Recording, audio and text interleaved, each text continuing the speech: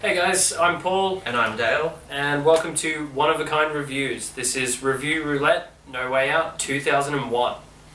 If you mess with me, you got no chance. No chance in hell, you got no chance. So to start off the night, we had a Hardcore Championship match. The Hardcore Champion Raven taking on the Big Show. Not that it stayed that match for very long. Yeah, so it was Raven versus the Big Show, and Billy Gunn won. Yep, Billy Gunn won. Yep, so we should probably mention that, we had quite a few interruptions, because this is the time where the Hardcore Championship had the 24/7 rule. Which was ridiculous. So we had Crash Holly first came out, dressed as like a concession stand guy. Yeah, he was a hot dog vendor with like a mustache. Like, he looked like Hulk Hogan. He did, he looked like a weird like Hulk Hogan kind of. Yeah, a very skinny Hulk Hogan. And then his cousin came out afterwards, Hardcore Holly, to also join the match. Yeah, and as well as Steve Blackman. Yep, and Billy Gunn. Yeah. Because he did win the match. Yeah. Well, technically the first fall, if you just want to count that as the match. Yeah, that's the first fall, the actual Raven vs. Big Show match, Billy Gunn won that. Figure that out, guys. But then we had Raven pin Billy Gunn after that. Yep. And then while Raven was trying to get the fuck out of there, which seemed to be like the thing, yeah, it's just you have to win the title and get the fuck out of there. Fuck off. Because if you don't get the fuck out of there, you'll lose the title. So Raven lost the title on his way out. To the Big Show. Yep. And so Big Show ended up leaving with the title after all that fucking clusterfuck of a match. Yeah, well, even after that, Billy Gunn was still trying to get the title off the Big Show, but that didn't end well for him. Not that it would for anyone, really. So, that was a very weird match. Yep, I personally gave this one, just for pure punniness, the one Billy Gunn out of 5. I just gave that a dumb as fuck out of 5. I mean, there was nothing wrong with the spots or anything. It was just really botchy. It was really botchy among other things, and Raven vs. Big Show and Billy Gunn won. So yeah, let's just work that one out. Yeah, like the 24/7 rule, it had its cool moments, but this was one of the really bad ones. Yeah, definitely. And that's pretty much all we need to say about that match. Yep. Alright, and then the match we had next was a Intercontinental Championship match. It was Fatal 4-Way. Mm-hmm. Had Jericho coming in as the champion against X-Pac, Chris Benoit, and Eddie Guerrero. So, he who shall not be named. Yep, he who shall not be named. Yes, we should just from here on out, we should just call him Voldemort. Yep, Voldemort is Chris Benoit. Voldemort it is. Alright, I didn't really write down much from this match, and that's a good thing, because I was too entertained by the actual match. Exactly, we were too entertained to actually write down notes, but holy shit, this match was great. The only thing I wrote down is that Just Incredible interfered, and that Jericho won. Yeah. Everything in between was so entertaining that I just didn't even bother writing anything down. I'm surprised Voldemort, or Chris Benoit, didn't get his head knocked off with X-Pac's kick. Like right at the end of the match, he did the spinning kick. Yeah. Holy crap. And I'm very surprised that Jericho didn't end up with a busted open chest as well. Or just a caved in chest. Yeah, those were some vicious chops. Yeah, I mean, especially from Benoit. He doesn't do anything half-assed. Yeah, no, not at all. But it was kind of really weird just having what has happened with Chris Benoit and whatnot. The commentators being like, oh, he's just got a mean streak, and you wouldn't want to get in a fight with him. It's very strange. You really wouldn't. No, but, definitely not. Yeah, it was a fantastic match. We didn't mention Eddie at all. No, we didn't, and Eddie actually had a pretty good performance. Yeah, Eddie was very good in this one. Not to say that he ever has a bad match, really. No, I don't think I've ever really seen a bad Eddie Guerrero match. No. But yeah, it was a very good match. Jericho got the victory in this one, retained his championship. After a weird roll up kind of. A roll up with a bridge. Yep. It was very cool. It was like, the where they roll back with the momentum. Yeah. And get the roll up, and then he bridged, but he looked like he was fucking exhausted, so just kind of fell to the ground. That was his bridge. But really good match. Yeah, I personally gave that one a 4.5 horsemen out of 5. Hornswoggle with the Horseman again. Yep. Yeah, I gave that a 4 Horsemen out of 5. It was a really solid match. Nothing bad to say about that at all. No, couldn't say a bad word about that match.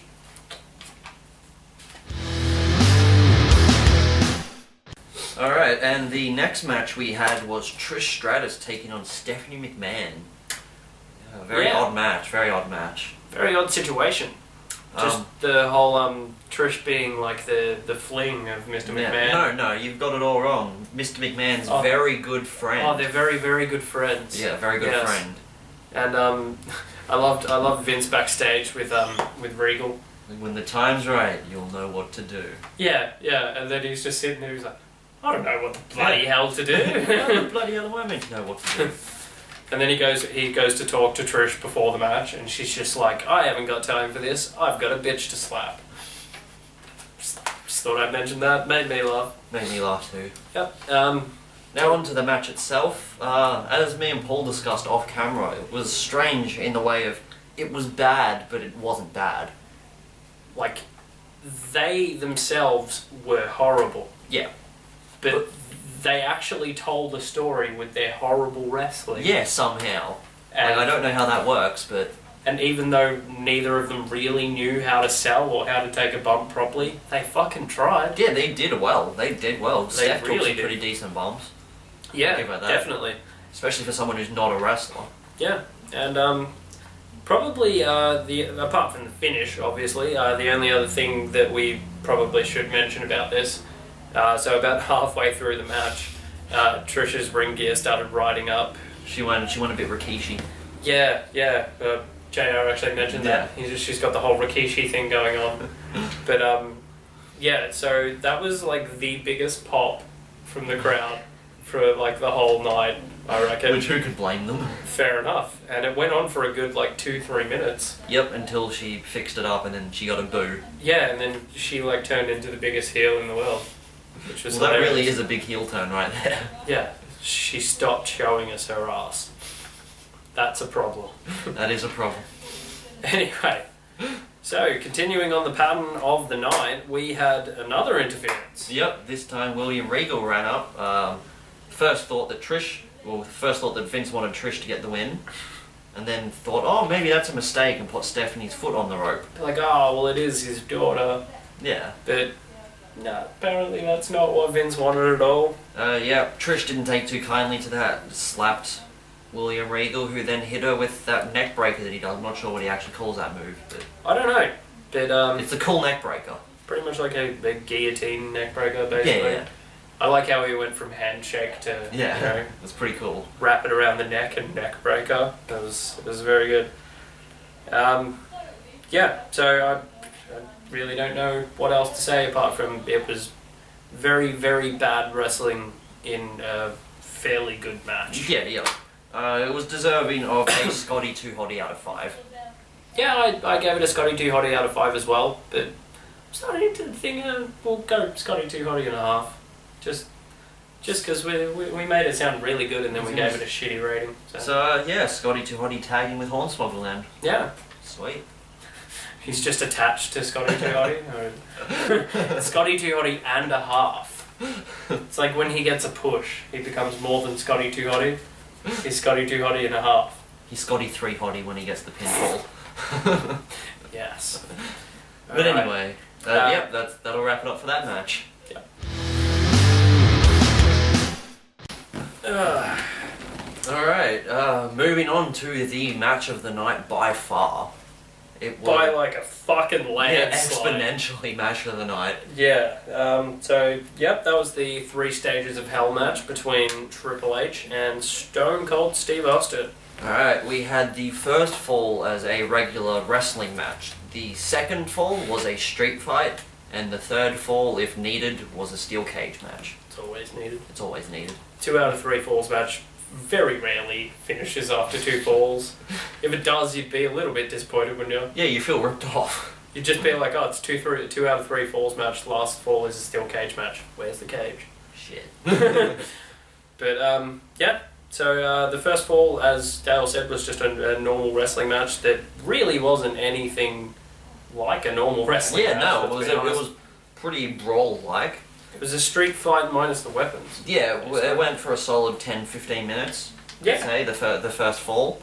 Very solid wrestling, really enjoyed it. Yeah, I didn't really know what else to say. It was just a really solid wrestling match. Yeah, it was very good by the two. I mean, the dynamic between Stone Cold and Triple H was fantastic. Yeah, it's off the charts, their chemistry. Everyone knows that. Yep. We had Stone Cold get the first pinfall. Yeah, After he got the stunner. Yeah, caught Triple H off the top rope, kick to the gut, hit the stunner, 1, 2, 3. So, yeah, that was kind of surprising. They weren't building that as, that was Triple H's one. Yeah, I was expecting Triple H to honestly take that fall, because it's usually how it works. Heel gets the first fall, Yeah, not to mention that they gave Stone Cold, the street fight's going to be his match, Well, Anyway. turns out that was wrong. Yeah, moving on to the street fight. I really enjoyed it. Very brutal. Very brutal. Beyond brutal. They were, Austin was bleeding like crazy. Yep, bled all over JR's notes. Yeah, it was kind of funny. They showed a real quick shot, and the whole thing was covered in blood. Yeah, it was just a blood-soaked piece of paper. It literally wasn't even a drop. It was the whole thing. Yeah, So- pretty intense. Well done, Austin. Well done. Yeah, well, as I should have mentioned, he got busted open via a 2x4, wrapped in barbed wire. Good old Barbie. Yeah. And then Triple H copped a wicked chair shot to the head to bust himself open. And he was oh so subtle about his bleeding. Oh, so subtle. Oh so subtle. It's not like you could just see the camera pan away from him, and then when it panned back to him, he was putting something under the ring. Yeah. And then he always does his little double chin thing to make the blood push out of his head more. Always. You always see it. If Triple H blades, just notice he'll do a weird double chin thing. Well, there you go. If you watch any Triple H matches, you know what I mean. Okay, cool. And so that one ended up after a hell of a lot of just back and forth weapons and just really physical bumps. Triple H hit Austin with a sledgehammer and then hit him with a pedigree. Yep, got the 1, 2, 3 for the victory. Yep, so that evened it up, 1-1. 1-1, and now it's time to lower the cage. Which they actually had, they still had the dramatic, the cage is getting lowered, even though it's in the middle of a match. Exactly. Which is kind of funny. These two dudes are in the ring, bleeding their asses off. And there's still a cage coming down. Ooh, there's a cage. So they got locked in the cage with several weapons. We got many weapons. I think Barbie was in there, a couple of chairs. Yeah, a couple of chairs, sledgehammer. Ring bell, I think, was in there also. Yeah, probably. There was several of those taken out. Yeah. I didn't know that they had more than one just stashed there, so there you go. Yeah, pretty much what you'd expect from the third fall in a steel cage. Very slow, lots of back and forth. You hit a big move and stay down for a bit. The other guy hits a big move and stays down for a bit. When you have a match that's over half an hour, there's a lot of selling, guys. Yeah, it's essential. You need to do those things. Yeah, by the time you get to the end of the match, it's just who can actually stand? And I wouldn't be surprised if they physically could not stand. Yeah. Because damn, they worked their asses off in this match. Yeah, you really, really wouldn't blame them for that one. But one thing that King mentioned while this match was going on, when Triple H went to make a real quick escape from the steel cage, he said that they can't win by escaping the cage. Yeah, which I found quite strange. Why? You can. Yeah, exactly. It's a fucking cage match. Yeah, that's part of the rules of a cage match. Escape the cage or pinfall submission. No shit. That's how that works. Either way, yeah, so that one ended after they both simultaneously hit each other with weapons. Yeah, with their respective weapons. Barbie and a sledgehammer, I believe. And then Triple H just so happened to fall on Austin. They were both unconscious, and he got the 3 count for the victory. Yes, and he was very, very careful to make sure that his shoulders were knocked down. And then Austin got, smacked in the head with a beer can. I don't know how many people actually saw this, but someone from the crowd threw a full beer can into the ring. And, it was still while Triple H was, draped over Austin. And it kind of hit Triple H in the ribs, but just smacked Steve Austin right at the top of his head. I missed it. It looked really painful. Yep. And then after the match, Stone Cold hit a stunner and left the ring. Yep. And that was the end of that. Alright, what did you give that match? I gave that a 5-time out of 5. Yep. I also gave it a 5 time out of 5. Absolutely brilliant match. And that was that. Oh, no. Alright, and moving on to a match that I really don't want to spend long on at all. It was Jerry the King Lawler taking on Stevie Richards, part of Right to Censor. Yeah, and the reason for this match was the cat's nudity was on the line. Yeah, as strange as that sounds. So if Jerry Lawler won, the cat was apparently going to get naked on pay-per-view. Yep, which... Was never going to happen. Yeah, obviously. And if Stevie Richards won, then the cat joined the Right to Censor. Yep. So, yeah. Really not much to say other than... I want to say, what in the actual fuck was King wearing? Like, seriously. Yeah, it was the most unflattering ring gear I've ever seen. Not Bar Michael Cole's ring gear. That was worse than that. I don't know. Okay, they're on a par. They were both really bad, is the point. There was another point in the match where King had Stevie Richards in the corner and hit 26 right hand closed fist punches in a row. Which, I mean, just the fact that he was on the ropes for that amount of time should have disqualified him. The fact that he was using closed fist should have disqualified him. The fact that Teddy Long, who was a ref, if you remember, guys, who reffed this match, Teddy Long was doing a 5 count, and just King was like, yeah, whatever. Yeah, he didn't care. He just kind of stayed up on the top rope and just kept going. Didn't get disqualified, nothing. Yeah, and he should have been disqualified. That's how that Without a fucking doubt, works. yeah. Anyway, so we'll just move on to the finish, because there was nothing else in this match. Yep, well, Right to Censor interfered in the match, obviously. Well, Kinda. yeah. It was basically just Ivory, wasn't it? Yeah, essentially. Anyway, so the cat went to hit Stevie Richards with the women's title and missed. And hit Jerry. Yep, and ended up fucking herself over. Yep. And Stevie Richards won that one, and then they attacked the cat with like a nun uniform, pretty much. It was really strange. It was the weirdest thing ever. It was a little bit illegal looking, to be honest. Very illegal looking. Alright, and I gave that a dumb as fuck out of 5, because it was dumb as fuck. Yeah, I also gave it a dumb as fuck out of 5. Nothing else to say about that. Yeah. Alright, moving on, we have the World Tag Team Championship match. It was a triple threat tables match between the Brothers of Destruction, Edge and Christian, and the Dudleys. Who were the champions coming into this? Yep. Yeah. I don't really know what to say about this match. I mean, On paper, it's awesome. but it was disappointing. Not to say that it was a bad match, but it wasn't great. Yeah, it wasn't terribly great at all. Not entirely sure why Rikishi and Haku interfered. Yeah, that made no fucking sense to me. Made very little sense, and as you pointed out to me, they didn't really follow up on it. No, they didn't. So, yeah, I don't even really know what to say about that. There really isn't much. I mean, it was disappointing. The finish was very sudden. Yeah. You had the Dudleys just hit like a random 3D out of nowhere. On Christian, while fucking the Brothers of Destruction were down at the end of the entrance ramp dealing with Rikishi and Haku. Yeah, which was, I don't know, it was weird, but Yeah, it is what it is. I mean, I gave it a 3 MB out of 5. Yeah, I also gave it a 3 MB out of 5. It was nothing special. Yeah.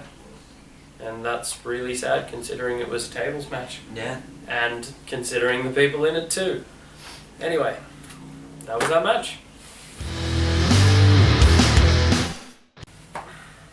Alright, and for the main event of the night, we had Kurt Angle defending his WWF Championship against The Rock.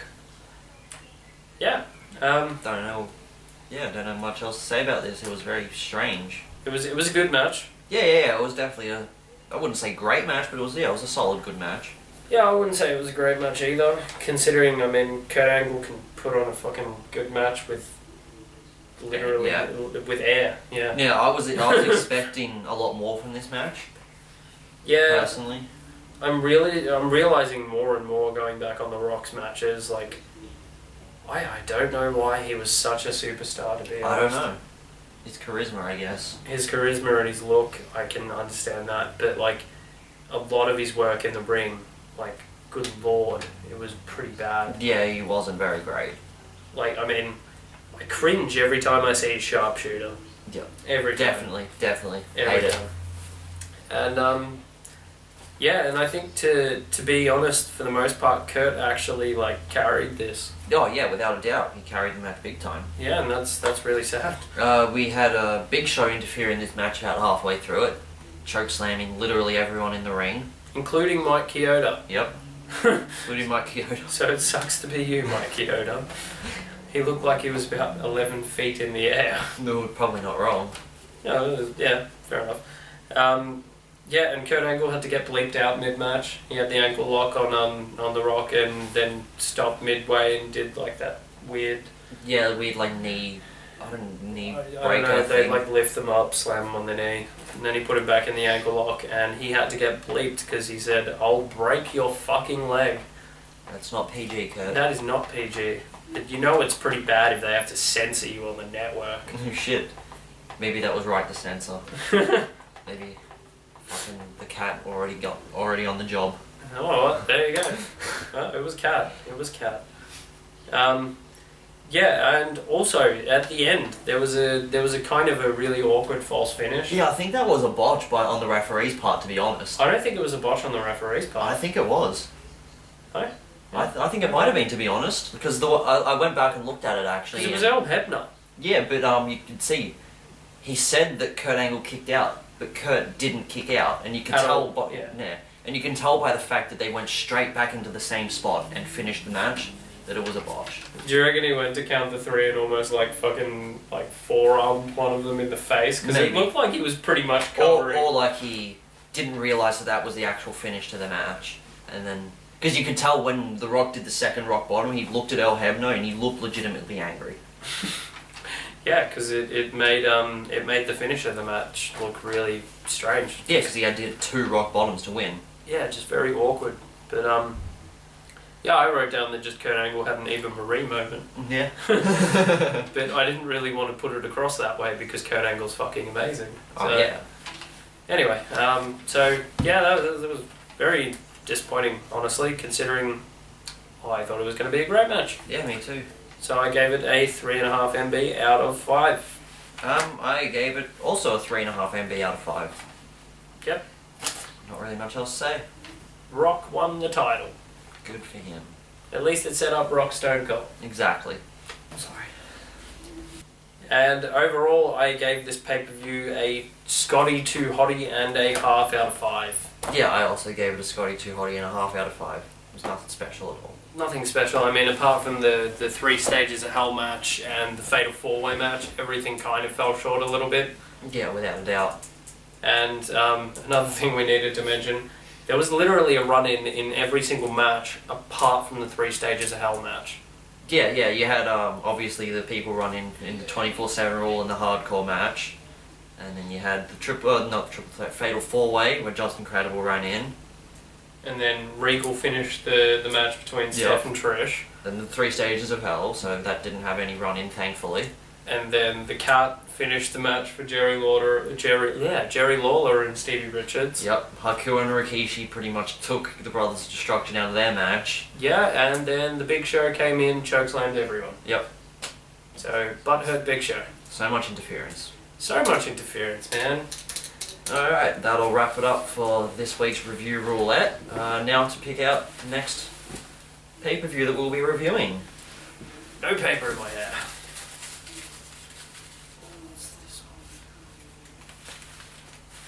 Royal Rumble 2000. That'll be a good one. Awesome. Looking forward to that. Alright, so that was the whole fucking show, guys. So, like, rate, subscribe, share our video with a friend, leave a comment on what you thought of this video. Yep, and we'll see you next time for some more one-of-a-kind reviews. Have a nice day.